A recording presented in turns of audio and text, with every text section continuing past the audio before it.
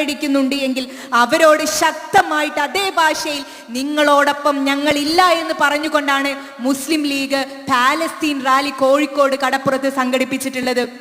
അത് തന്നെയാണ് നിലപാട്. ആ നിലപാടിൽ മാറ്റം ഒരല്പം പോലും ഇല്ല എന്ന് പറയാൻ നമ്മളുടെ നേതാക്കന്മാർക്ക് ഇപ്പോഴും യാതൊരു മടിയുമില്ല എന്നുള്ളത് കൂടി കൂട്ടിച്ചേർക്കുകയാണ്. പ്രിയപ്പെട്ടവരെ, അതിദാരുണമായിട്ടുള്ള സംഭവങ്ങൾ നടക്കുന്നു. അതോടൊപ്പം നമ്മളുടെ നാടിനെ കുറിച്ചിട്ടുള്ള ജാഗ്രത കൂടി നമ്മൾ പുലർത്തേണ്ടതുണ്ട്. നോക്കൂ, ഒരു തെരഞ്ഞെടുപ്പ് അടുത്ത് വരാനിരിക്കുകയാണ്. ഈ തെരഞ്ഞെടുപ്പിൽ ആരെ തെരഞ്ഞെടുക്കണം, ആര് നമ്മളെ നയിക്കണം എന്നുള്ളത് സുപ്രധാന ചോദ്യമാണ്. കുറെ കാലങ്ങൾക്ക് മുമ്പ് നമ്മൾ പറഞ്ഞ പോലെ എവിടെയോ ഉള്ള ആളുകളെ നമ്മളുടെ നാടിനെ ഇതാ കവർന്നു കൊണ്ടുപോകുന്നു എന്ന് പറയുകയല്ല, കണ്ണിന്റെ മുൻപിലുള്ള കാഴ്ചകളെ തൊട്ടാണ് നമ്മൾ സംസാരിക്കേണ്ടത്. ഈ കേരളത്തിലില്ല, പക്ഷെ ഉത്തരേന്ത്യയിലുള്ള പല നാടുകളിലും ഇപ്പോൾ എന്താണോ പാലസ്തീനിൽ സംഭവിക്കുന്നത് അതിനേക്കാൾ ക്രൂരമായിട്ട് അല്ലെങ്കിൽ അതേപോലത്തെ സംഭവങ്ങൾ നടക്കുന്നുണ്ട് എന്നുള്ളത് നിങ്ങൾക്കറിയാലോ. മണിപ്പൂരിലെ സംഭവങ്ങൾ നിങ്ങൾ കാണുന്നുണ്ട്. ഉത്തർപ്രദേശ് ഉൾപ്പെടെയുള്ള ഗുജറാത്തിലെ വംശഹത്യയുടെ കഥകൾ നിങ്ങൾക്കറിയാം. അങ്ങനെ നോക്കുമ്പോൾ ഉത്തരേന്ത്യയിലൊക്കെയുള്ള സമാധാനത്തിന്റെ എല്ലാ വഴികളും അടച്ചുകൊണ്ടാണ് നരേന്ദ്രമോദി ഭരണം നടത്തുന്നത്. കേരളത്തിലെ കാര്യം ഇപ്പോ അബ്ദുറബ്ബ് സാഹിബ് സൂചിപ്പിച്ചു കഴിഞ്ഞു. കേരളീയം എന്നുള്ള ഒരു പരിപാടി നടത്തിക്കൊണ്ടാണ് ഇപ്പൊ കേരള സർക്കാർ അവർക്ക് നഷ്ടപ്പെട്ടു പോയിട്ടുള്ള പ്രതാപം വീണ്ടെടുക്കാൻ വേണ്ടി ശ്രമിക്കുന്നത്.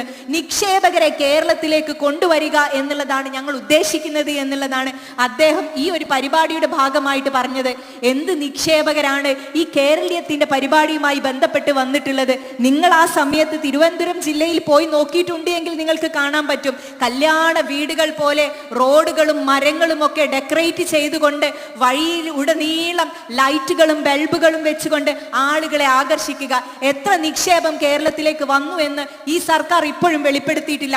ഇതേ ഘട്ടത്തിലാണ് പെൻഷൻ മുടങ്ങിയ ആളുകൾ, കുടുംബശ്രീയിൽ നിന്ന് നഷ്ടക്കണക്കുകളുമായി പറഞ്ഞ ആളുകൾ, KSRTC ജീവനക്കാർ ഉൾപ്പെടെയുള്ള ആളുകൾ ഈ സർക്കാരിന്റെ മുൻപിലേക്ക് വന്നത്. ഞങ്ങളുടെ പണം എവിടെ?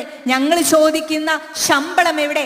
ഞങ്ങളുടെ വീട്ടിലെ കറണ്ട് ബില്ല് ഷോക്കടിപ്പിക്കുന്ന രൂപത്തിലേക്കാക്കി മാറ്റിയത് ആരാണ് എന്നുള്ള ചോദ്യങ്ങളുമായിട്ട് വരുന്ന സാധാരണക്കാരന്റെ ലോകത്തല്ല കേരളത്തിലുള്ള പിണറായി വിജയൻ ജീവിക്കുന്നത് എന്ന് പറയാൻ ഈ കേരളീയത്തിന്റെ ഒരു സദസ്സ് മാത്രം നമുക്ക് ഉദാഹരണമായിട്ട് എടുക്കാം.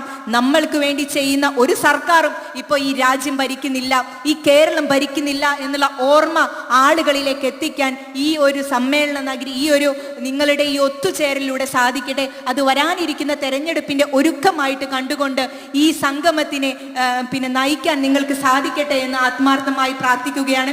ഒപ്പം തന്നെ ഈ ഒരു പരിപാടിക്ക് മറ്റൊരു മഹത്വം കൂടിയുണ്ട്. ഇത് നിങ്ങളുടെ നാട്ടുകാരൻ കൂടിയായിട്ടുള്ള അനു കാവലിനുള്ള ഒരു സ്വീകരണം കൂടിയാണ്. അദ്ദേഹത്തിന്റെ നാട്ടുകാർ നൽകുന്ന ഒരു സ്വീകരണ പരിപാടിയാണിത്. ഫ്രാൻസിലെ തെയിംസ് യൂണിവേഴ്സിറ്റി എന്ന് പറഞ്ഞ യൂണിവേഴ്സിറ്റിയിൽ നിന്നാണ് അദ്ദേഹത്തിന് ഓണറേറിയം ഡോക്ടറേറ്റ് ലഭിച്ചിരിക്കുന്നത്. എന്തിന്റെ പേരിലാണ് ലഭിച്ചിരിക്കുന്നത് എന്ന് നമുക്ക് എല്ലാവർക്കും അറിയുന്നതാണ്. മുസ്ലിം ലീഗ് എന്ന് പറയുന്ന ഒരു രാഷ്ട്രീയ പാർട്ടിയുടെ പ്രത്യേകത എന്ന് പറയുന്നത് ജീവകാരുണ്യ പ്രവർത്തനമാണ്. എല്ലാവരും പറയാറുള്ളത്, നിങ്ങൾ കുറെ ബൈത്തുറഹ്മ ഉണ്ടാക്കുകയാണ്, ആംബുലൻസ് കൊടുക്കുകയാണ്, അല്ലെങ്കിൽ നിങ്ങൾ ആശുപത്രികൾ ഉണ്ടാക്കുകയാണ്. ഇതൊക്കെ ഉണ്ടാക്കിയിട്ട് ഇങ്ങനെ നടന്നോളൂ, നിങ്ങൾ എപ്പോഴാണ് രാഷ്ട്രീയ പ്രവർത്തനം നടത്തുന്നത് എന്ന് ചോദിക്കുന്ന ആളുകളെ നമ്മൾ കാണാറുണ്ട്. പക്ഷേ അവരോട് പറയാനുള്ള ഏറ്റവും രസകരമായിട്ടുള്ള മറുപടി എന്നുള്ളത് ഞങ്ങളുടെ രാഷ്ട്രീയ പ്രവർത്തനത്തിന്റെ പ്രത്യേകത ജീവകാരുണ്യ പ്രവർത്തനത്തിൽ ഊന്നിയിട്ടുള്ളതാണ് എന്നുള്ളതാ. നമുക്ക് ആളുകളുടെ വേദന തിരിച്ചറിയാൻ പറ്റണം. ഒരു മനുഷ്യന്റെ കണ്ണിൽ നോക്കിയിട്ട് അവൻ എന്താണോ ആഗ്രഹിക്കുന്നത് ആ ഉയരത്തിലേക്ക് അവനെ നയിക്കാനുള്ള പ്രതീക്ഷ നൽകാൻ പറ്റണം. യഥാർത്ഥത്തിൽ ഒരു സങ്കടം വരുന്ന മനുഷ്യനെ സ്നേഹത്തോടെ തലോടൽ കൊടുക്കാൻ നമ്മൾക്ക് ആർക്കും സാധിക്കും, അല്ലെങ്കിൽ അവന് സഹാനുഭൂതി നൽകാൻ ആർക്കും സാധിക്കും. പക്ഷേ അവന് പ്രതീക്ഷ നൽകാൻ, അവന് സ്വപ്നം കാണാൻ, അവന്റെ വേദനയോടൊപ്പമാണ് എൻ്റെ മനസ്സും ഉള്ളത് എന്ന് പറഞ്ഞുകൊണ്ട് പ്രതീക്ഷയോടെ അവനെ കൂടെ നടത്താൻ സാധിക്കുക എന്ന് പറയുന്നത് വലിയ മഹത്വപരമായിട്ടുള്ള കാര്യമാണ്.